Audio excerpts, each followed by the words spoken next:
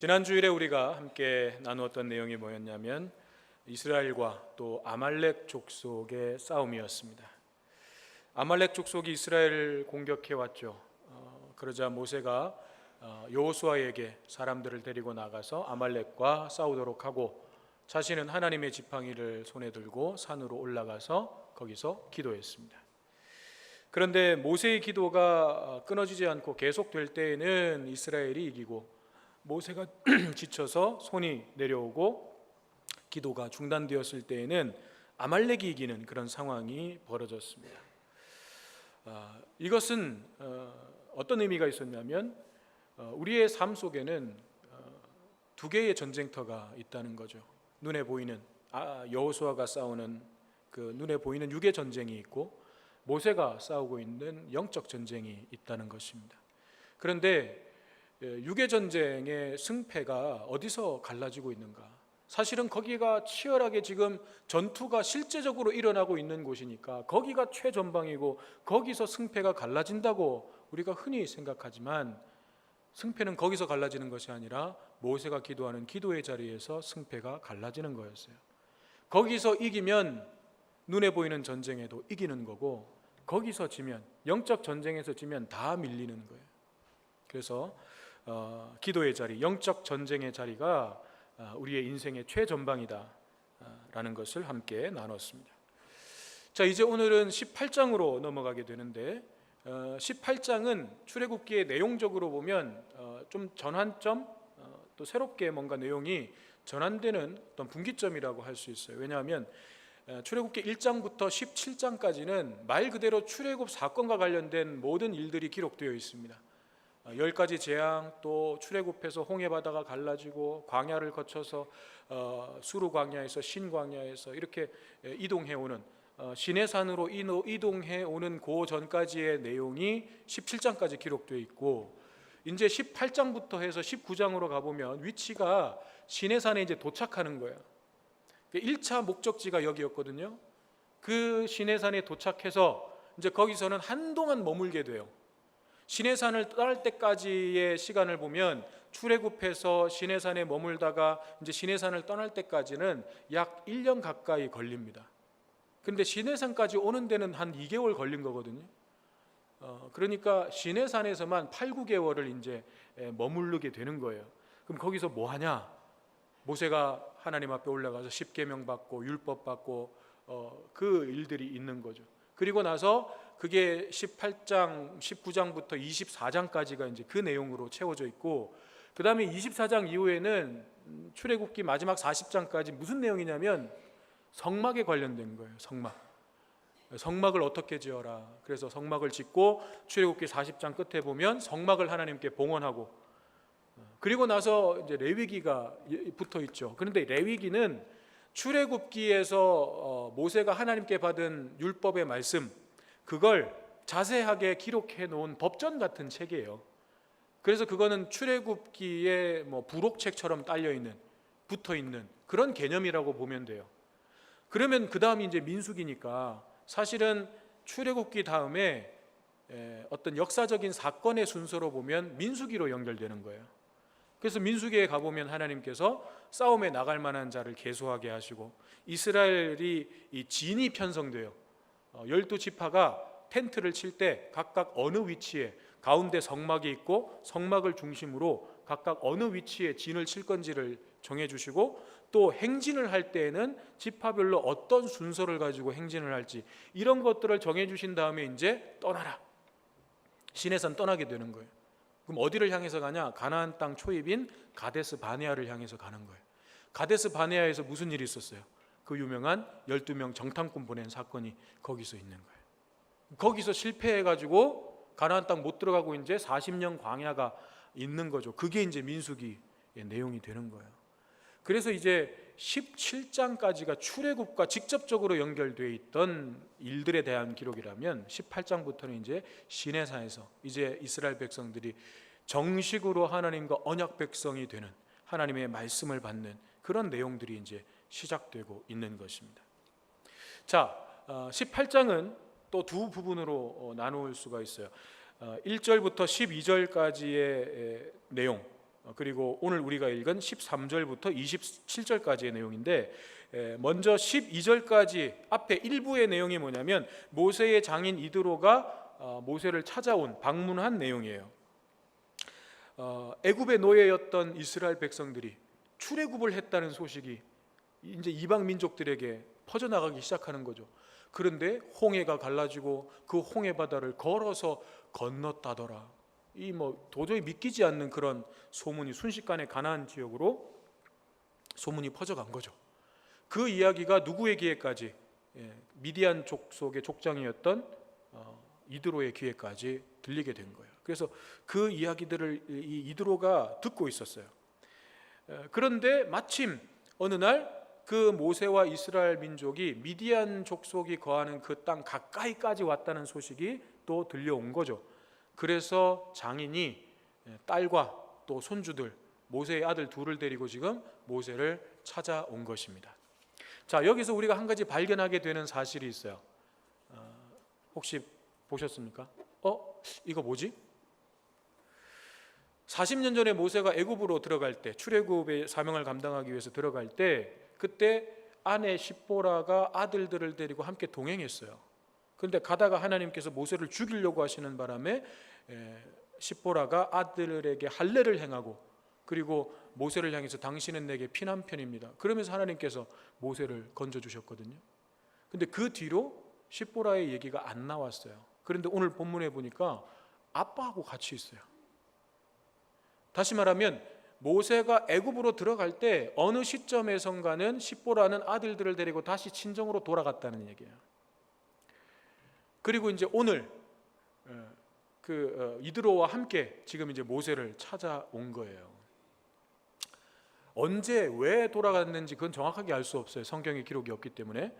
다만 제 개인적인 추측으로는, 이건 어디까지나 제 개인적인 생각입니다. 제 개인적인 생각으로는 모세가 아들들과, 그 어린 아들들과 또 아내 가족들을 데리고 지금 애굽으로 들어갈 때에 가족들이 함께 있을 때는 지금 이제 들어가서 바로라고 하는 최고 권력자와 맞서야 되는 건데 가족들이 위험에 처해질 수도 있고, 또 그 가족들이 함께 있음으로 인해서 자신이 감당해야 될 그 사명에 대한 마음이 흔들리거나 약해질 수 있다라고 모세가 판단하지 않았을까. 그래서 들어가다가 아내에게 아들들 데리고 당신은 일단 아버지한테 가 있으시오, 그렇게 해서 십보라가 다시 집으로 돌아가고 모세는 아론과 함께 둘이 애굽으로 들어가서 출애굽의 역사를 여기까지 인도한 것으로 저는 그렇게 상상을 해 봅니다. 아무튼 장인어른과 아내와 아들들을 이제 다시 만나게 된 모세는 그들을 반갑게 맞이하고 그동안 하나님께서 자기에게 그리고 이스라엘 백성들에게 베푸셨던 그 모든 일들에 대해서 간증을 합니다. 그 이야기를 다 들은 이드로가 크게 기뻐하면서 하나님을 찬양하고, 또 11절 12절에 보면 이제 내가 알았도다. 이드로가 그렇게 고백해. 이제 내가 알았도다. 오직 여호와 하나님만이 살아계신 참신이시고 그분만이 역사하시는 분이구나. 그걸 내가 이제 알았도다 하면서 번제도 드려요. 뿐만 아니라 12절에 보면 이스라엘 장로들과 함께 하나님 앞에서 떡을 먹었다고 했습니다. 이스라엘 장로들과 이방인의 대표인 이드로가 함께 하나님 앞에서 떡을 먹었다. 이 장면을 저는 여기 기록해 둔 것에는 의미가 있다고 생각이 듭니다. 그게 뭐냐면 이 장면은 하나님께서 장차 이스라엘 백성들을 통해서 세상에 있는 모든 민족, 그들이 이방 민족이라고 할지라도 모든 민족과 열방을 하나님의 백성으로 삼으시겠다고 하는 그 구원의 큰 그림을 이 한 장면 속에 담아 두셨다고 생각됩니다.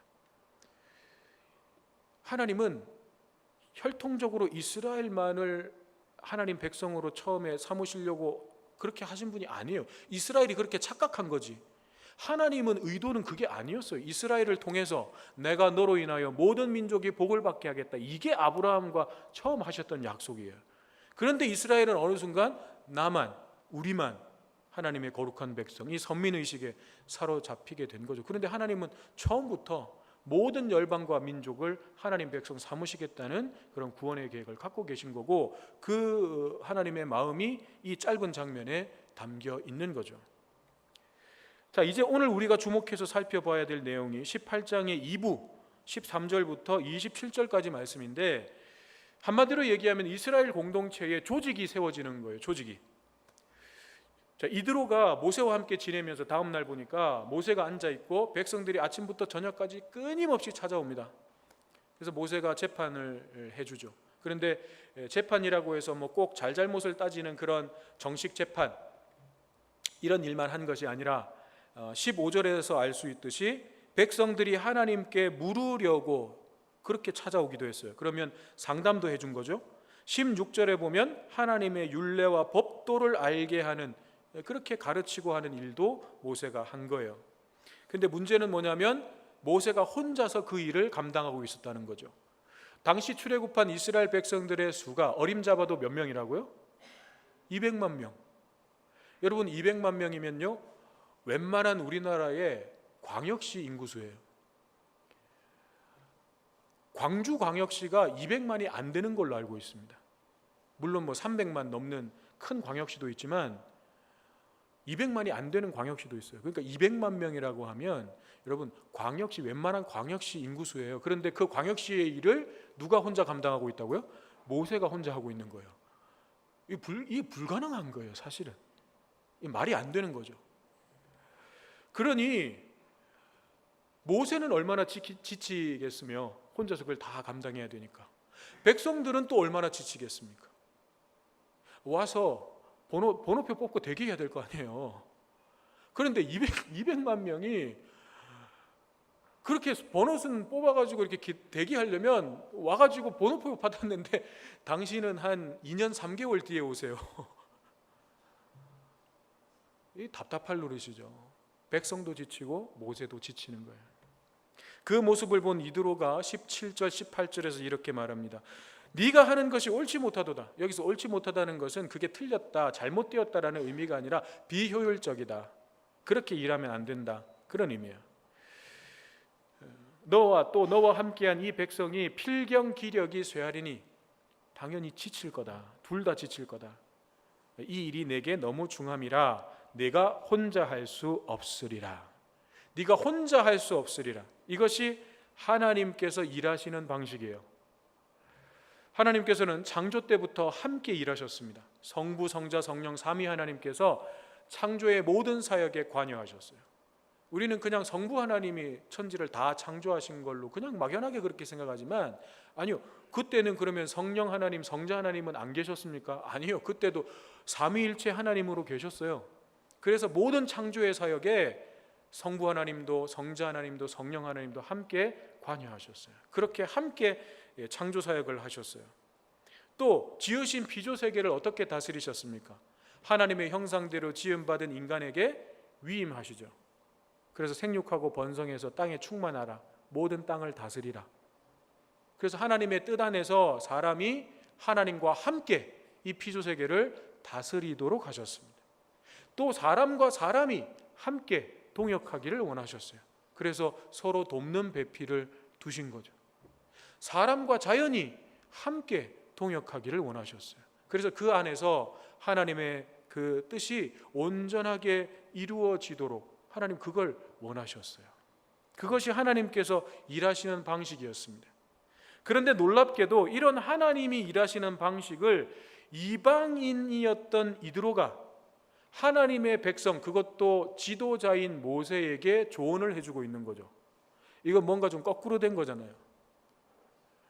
모세가 그런 지혜를 가지고 해야지, 아니면 하나님께서 직접 말씀해 주시든지.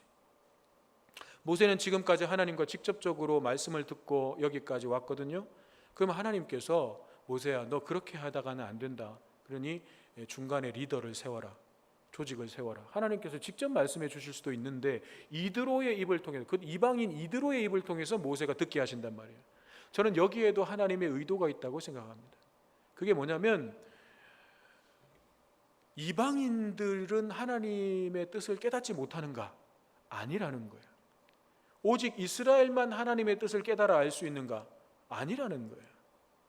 이방인이라 할지라도 하나님을 인정하고 하나님을 찬양하고 또 하나님 앞에 나와서 예배하는 자, 하나님의 말씀을 듣는 자, 그는 하나님께서 똑같은 은혜를 주시고 그 역시도 이방인이라 할지라도 하나님의 뜻을 깨닫고 또 분별할 수 있는 지혜를 주신다는 거예요. 그것이 하나님께서 지금 이드로를 통해서 보여주시는 하나님의 마음입니다. 자, 그렇게 이드로는 모세에게 조언을 하면서 구체적인 실천 방법도 제시해요. 백성들 중에서 천부장, 백부장, 50부장, 10부장을 세우라는 거죠. 천부장은 말 그대로 1000명을 관리하는 사람이에요. 백부장은 100명. 이런 식으로 중간 리더를 세우라는 거죠. 그래서 그들이 백성들 그 사이사이에 들어가서 모세의 일을 분담하도록, 모세가 지고 있는 그 짐을 서로 나누어서 지는 그런 동역자가 되도록 하라는 겁니다. 자, 그러면서 이제 그렇게 세워질 사람들의 자격까지도 이제 언급을 하고 있는데 그게 21절이에요. 한마디로 온 백성 가운데서 능력 있는 사람을 뽑아라. 이게 핵심이죠. 능력 있는 사람을 뽑아라. 그러면 어떤 사람이 능력 있는 사람인가? 첫째, 하나님을 두려워할 줄 아는 사람.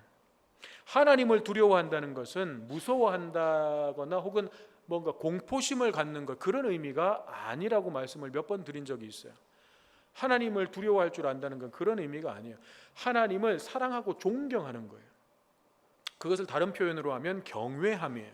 하나님을 경외한다는 건 하나님을 두려워할 줄 안다는 것과 같은 의미예요. 잠언에서는 그래서 하나님을 경외함이 모든 지식과 지혜의 근본이라고 말씀하셨습니다. 그렇다면 하나님을 두려워할 줄 아는 사람, 그 하나님을 두려워함이 모든 삶의 기반이 되어 있는 사람은 당연히 하나님의 뜻을 잘 깨달아 알 수 있겠죠. 하나님께서 지혜를 주시니까. 하나님의 뜻을 잘 깨달아 아는 사람은 교만할 수 있습니까? 없습니까? 교만할 수 없습니다. 그는 겸손하고 섬기는 사람이 될 수밖에 없어요. 그리고 불의한 길을 절대 선택하지 않을 것입니다. 또 자신이 리더로 받은 그 권위가 자기가 뭐 잘나서 능력이 있어서 자격이 있어서 그래서 받았다고 생각하는 것이 아니라 하나님의 은혜로 내게 주셨다는 것을 알기 때문에 백성들 위에 군림하려는 것이 아니라 오히려 섬기는 자의 자리로, 종의 자리로 내려간다는 거죠. 그래서 하나님을 두려워할 줄 아는 사람을 리더로 뽑으라는 거예요. 둘째, 진실한 사람입니다. 이건 숨기거나 가리는 게 없는 거죠. 척하는 거, 내가 뭐 능력이 있는 척, 믿음이 있는 척, 신앙이 뭐 좀 되는 척하지 않는 사람. 위선이나 가식이 없는 것을 말합니다.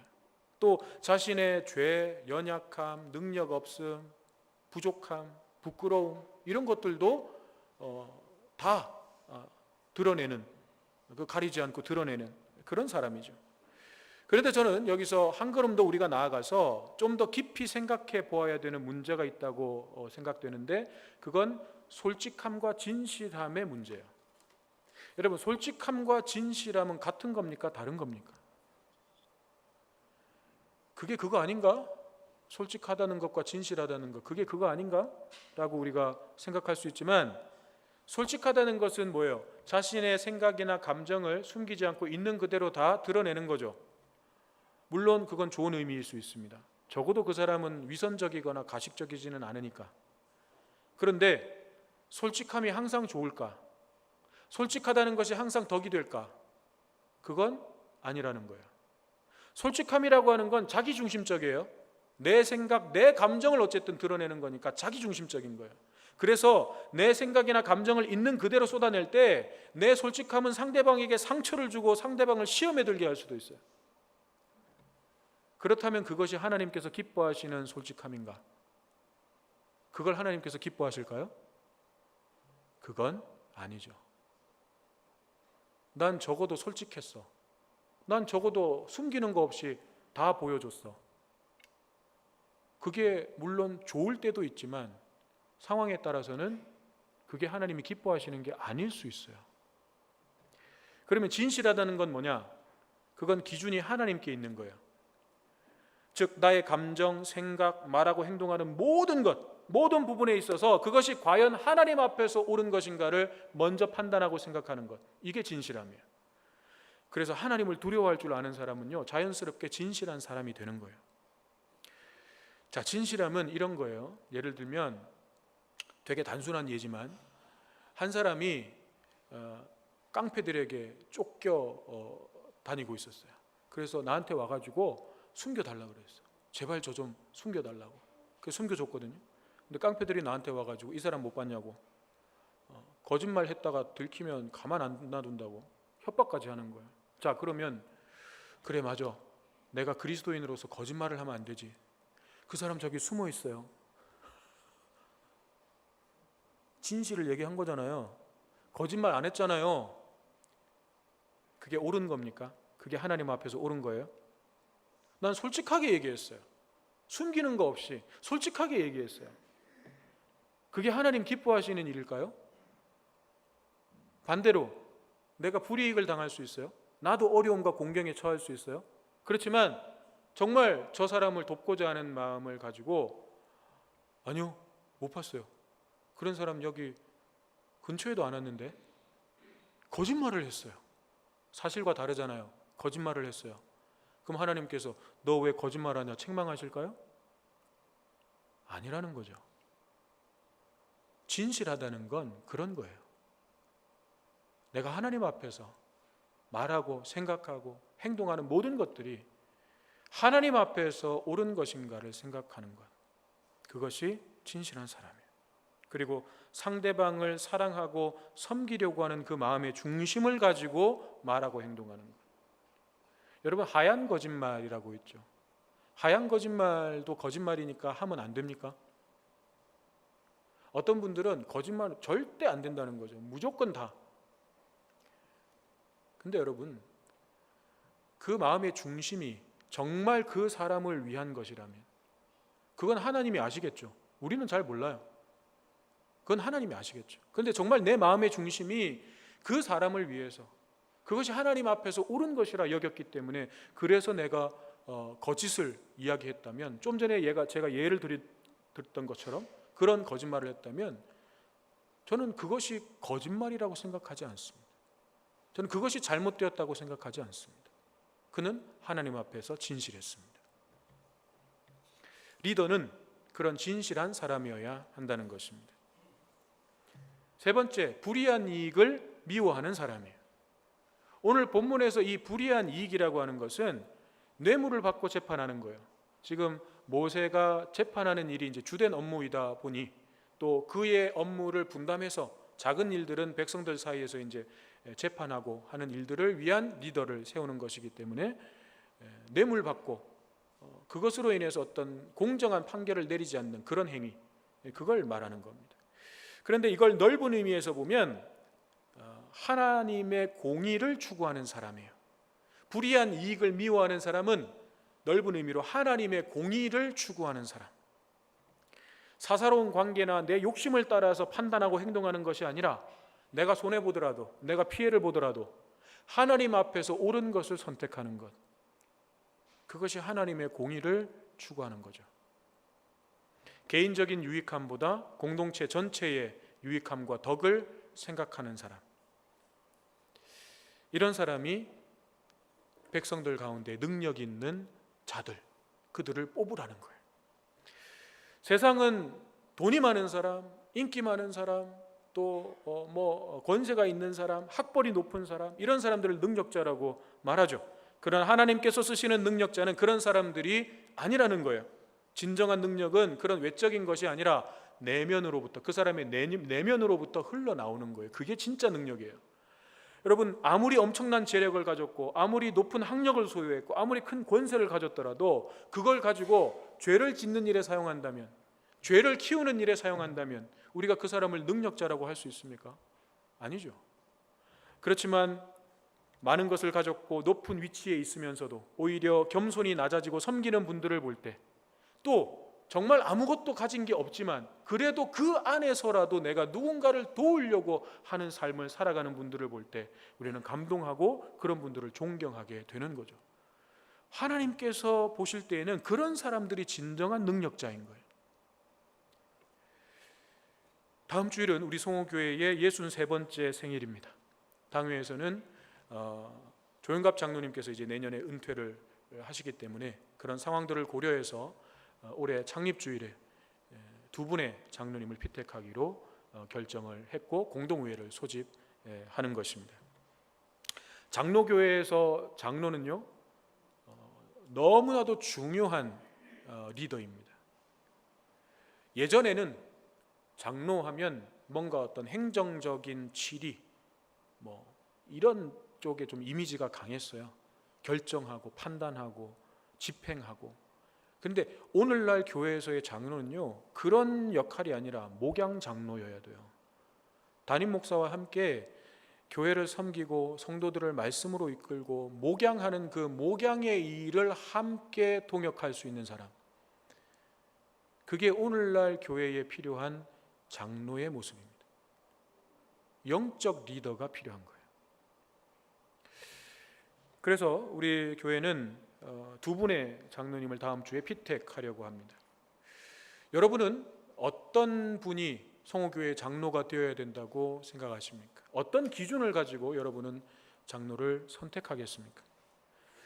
오늘 본문 말씀을 통해서 우리에게 말씀해 주신 그런 능력 있는 사람, 하나님을 두려워할 줄 아는 겸손과 섬김의 사람, 말과 행동에 위선이나 가식이 없는 진실한 사람, 손해를 보더라도 옳은 길을 가려는 공의로운 사람, 이런 사람들을 알아볼 수 있는 영적 안목과 통찰력이 우리 모두에게 있기를 간절히 바랍니다.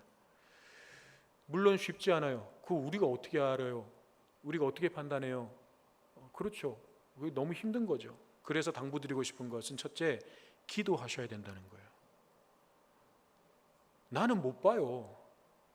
그러나 성령께서 우리 가운데 감동을 주셔야 돼요. 그래서 어쩔 때는요, 나는 이분이 장로 이제 앞으로 하면 잘 하시겠다 생각했는데 성령님이 자꾸 감동을 주신 분은 엉뚱한 사람일 수 있어요. 인간적인 생각이 개입되지 않도록, 인간적인 관계가 개입되지 않도록 우리는 반드시 힘써 이 한 주간 동안 정말 그 어느 때보다 기도해야 됩니다. 정말 기도하셔야 돼요. 내가 이름 많이 들어봤다고 뽑는 거 아닙니다. 장로 투표는 인기 투표 아니에요. 교회 일을 많이 했다고 뽑는 것도 아니에요. 말씀드렸다시피 우리는 목양의 일을 감당할 분을 뽑아야 돼요. 나하고 인간적으로 개인적으로 친분이 있다고 뽑는 것도 아닙니다. 그 모든 것들 다 내려놓으시고 정말 진정으로 주님의 교회를 위해서 헌신하고 섬길 수 있는 분을 잘 분별할 수 있도록 여러분 기도하셔야 됩니다. 두 번째는 이 한 주간 동안 장로 피택을 두고 그 어떤 모임도 의논도 있어서는 안 됩니다. 여러분 제발 다른 때에 모이기에 힘쓰세요. 요럴 때 모이기에 힘쓰지 마시고 다른 때, 이럴 때는 모이기에 힘쓰는 것이 아니라 각자 흩어져서 조용히 하나님의 뜻을 구하면서 기도하는 거예요. 그것이 성도의 바른 자세입니다. 세 번째, 이것은 제가 성호교회 담임 목사로서 권면드리는 것인데, 이제 우리 성호교회도 우리 역사 속에서 여성 장로님이 세워질 때가 됐다. 저는 그렇게 생각됩니다. 당회가 남성으로만 구성되어 있잖아요. 그런데 보통 교회는 여신도가 많습니까? 남신도가 많습니까? 여신도가 많아요. 그런데 당회는 주로 남성들로 이루어져 있어요. 저는 여기에 대해서 왜 우리 여신도들이 의아해하지 않으시는지 그게 더 의아합니다. 그러다 보니 여신도들의 어떤 의견을 좀 듣고 또 당회의 의견이나 또 결정들을 여신도들에게 설명하고 전달하는 그런 일에 있어서 한계가 있습니다. 또 남성 중심적 사고의 한계, 그 틀을 넘어서기가 힘들어요. 어떤 사건을 보거나 어떤 일들을 볼 때 그 시야가 남성 중심적 그 한계를 넘어서기가 힘들어요. 그러면 여성으로서 바라보는 것은 또 다른 관점일 수 있기 때문에 그런 면에서 우리 당회가 좀 더 폭넓은 시야를 가질 수 있습니다. 그래서 저는 이번에 좀 우리 여성 장로님이 한 분 세워주시면 참 좋겠다라는 개인적인 소망이 있고, 또 그렇게 기도하시면서 함께 고민하시고, 특별히 우리 여신도들께서 그렇게 함께 좀 고민하시고 기도하시면서 판단해 주시면 좋겠습니다. 모든 조직도 마찬가지겠지만 성호교회도 담임 목사 혼자 끌어갈 수 없습니다. 그렇게 해서도 안 됩니다. 그래서 영적 리더들이 세워지고 또 함께 마음과 뜻을 모아서 동역해야 하는 것입니다. 또 그것이 하나님께서 기뻐하시는 모습입니다. 여러분, 한 명의 신실한 리더를 분별할 수 있고 그 신실한 리더를 세울 수 있는 공동체는요, 참 복된 공동체입니다. 왜냐하면 그것은 그 공동체가 그만큼 성숙했다는 것이고 또 그것을 알아볼 수 있는 영적인 분별력과 통찰력을 가지고 있다는 증거이기 때문에 한 명의 신실한 리더를 세울 수 있는 공동체는 참으로 복된 공동체입니다. 이 한 주간 성령께서 우리 한 사람 한 사람의 마음을 주장하시고 또 역사하셔서 장로 피택의 이 모든 과정이 참으로 덕스럽고 은혜롭게 진행될 수 있기를 간절히 바랍니다. 그리고 앞으로 세워질 그 영적 리더를 통해서 우리 성호교회가 이 세대에 하나님께서 정말 마음껏 사용하실 수 있는 그런 거룩한 주님의 교회로 굳건하게 견고하게 세워지게 되기를 주님의 이름으로 축원합니다.